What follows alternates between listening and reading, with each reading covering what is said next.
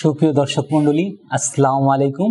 আমি আলমগীর আলম আপনাদের সামনে হাজির হয়েছি নতুন কিছু নিয়ে, হয়তো আপনাদের অনেক কাজে আসবে।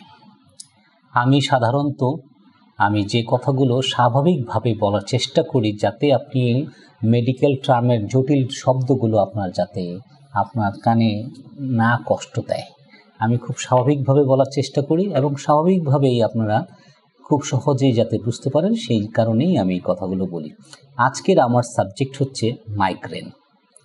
প্রচণ্ড মাথা ব্যথা, রোদে যেতে পারে না, বিভিন্ন কারণে মাথা ব্যথায় মানুষ অস্থির হয়ে যায়।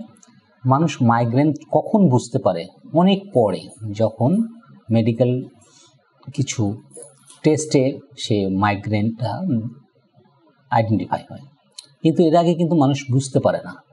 তীব্র ব্যথা হচ্ছে, রোদে গেলে ব্যথা হচ্ছে, অকারণে ব্যথা হচ্ছে, ব্যথা হওয়ার কারণে মানুষ অস্থির হয়ে যাচ্ছে, ঘুমাতে পারছে না এবং অসহ্য লাগছে। পেইন কিলার খেয়ে খেয়ে খুব একটা বেশি মাইগ্রেনের ব্যথা কমানো যায় না।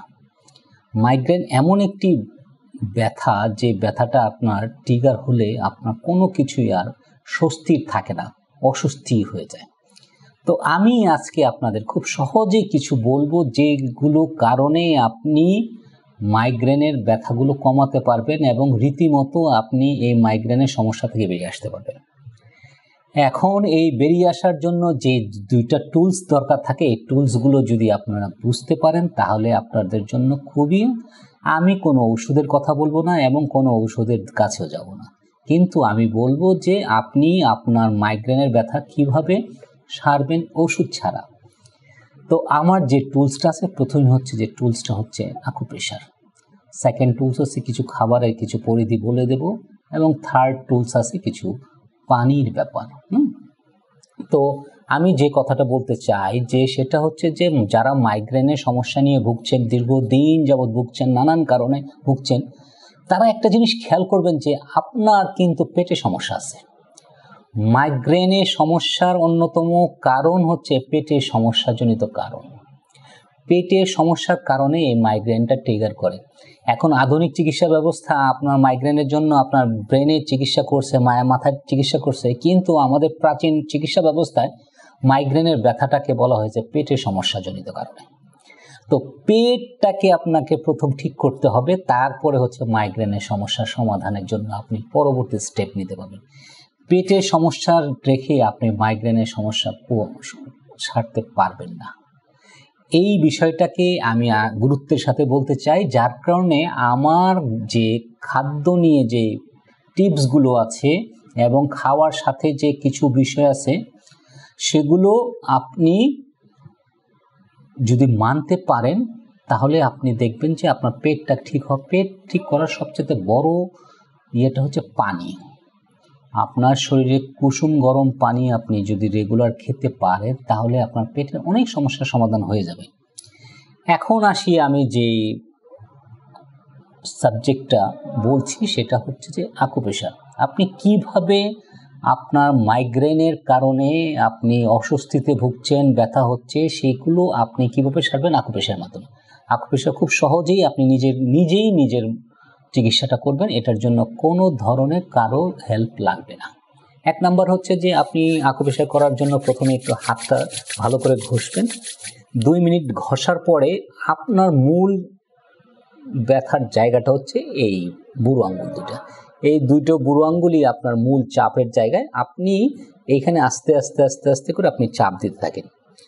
চাপ দিবেন, আপনি এই চাপগুলো আপনি সাধারণত একটু শুয়ে দিবেন, এবং আপনি দেখবেন যে বিশেষ কোনো জায়গায় আপনি পেইন হচ্ছে, বিশেষ করে এইগুলো জায়গায় আপনার পেইন হবে। এই জায়গাগুলোতে আপনার পেইন হবে। যারা মাইগ্রেনে আক্রান্ত আছেন তাদের এই জায়গাগুলোতে আপনার পেইন হবে। এই পেইনটা আপনাকে আস্তে আস্তে সারতে হবে। এই পেইনটা আপনি ধীরে ধীরে ধীরে ধীরে ধীরে, আপনি কোনো পয়েন্ট জানার দরকার নাই, আপনি শুধু বুড়ো আঙ্গুলটাকে ধীরে ধীরে ধীরে চারপাশ আপনি চাপ দিতে থাকেন। এক একটা আঙ্গুলে অন্ততপক্ষে 4 থেকে 5 মিনিট আপনি চাপ দিবেন।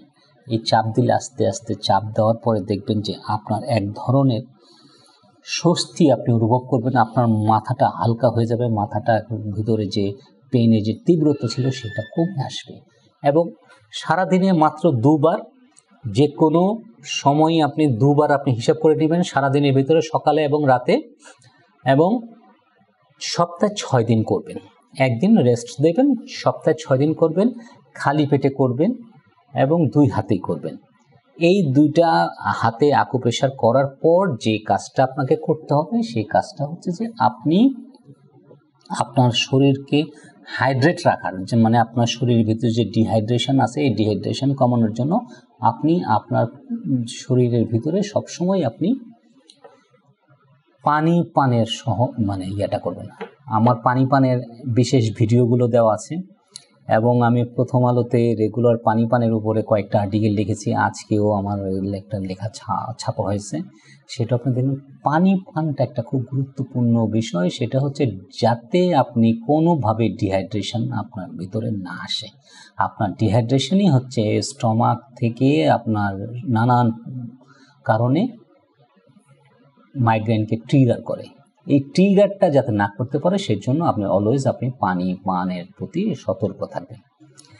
আর বিশেষ করে যারা মাইগ্রেনে আক্রান্ত আছেন তাদেরকে আমি বলবো যে আপনারা একটি বাদামের দুধ খেতে পারেন, নাট মিল্ক। নাট মিল্কটা কি, আপনি বাজার থেকে আপনি 10টা আলমন্ড আপনি বাদাম কিনবেন, ওটা সকালে ভিজিয়ে রাখবেন। ভিজিয়ে রাখার পরে 1 গ্লাস পানিতে আপনি ওইটাকে খোসা ছাড়িয়ে ব্লেন্ডারে ব্লেন্ড করবেন। ব্লেন্ড করার পরে আপনি যদি ডায়াবেটিক না থাকে আপনি একটি মধু দিয়ে আপনি খেয়ে নেন। চমৎকার একটি খাবার। এই খাবারটা আপনার জন্য, এই নাট মিল্কটা আপনার জন্য খুব কাজে দেবে। এই হচ্ছে আপনার মাইগ্রেনের চিকিৎসা। আপনি এটা করে দেখেন, আপনার 1 মাসের মধ্যে আপনার আমূল পরিবর্তন ঘটে যাবে কোনো রকমের কোনো ওষুধ ছাড়াই।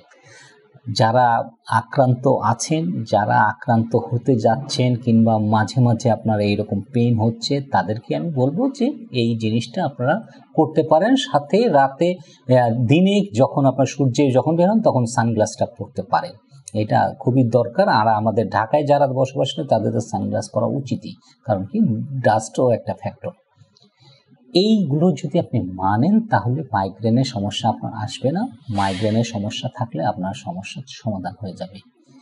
ছোট্ট একটি পরামর্শ, এই পরামর্শ যারা শুনছেন, যাদেরকে এই মাইগ্রেন সমস্যা আছে তারা শেয়ার করবেন, এবং যারা আরও বেশি কিছু ডিটেল জানতে চান কিংবা মাইগ্রেন নিয়ে প্রচুর ভুগছেন তারা সরাসরি আমার সাথে দেখা করতে চাইলে আমার দেখা করতে পারেন। আমি আমার টোটাল ঠিকানাটা এই ভিডিও শেষে দিয়ে রেখেছি। ধন্যবাদ।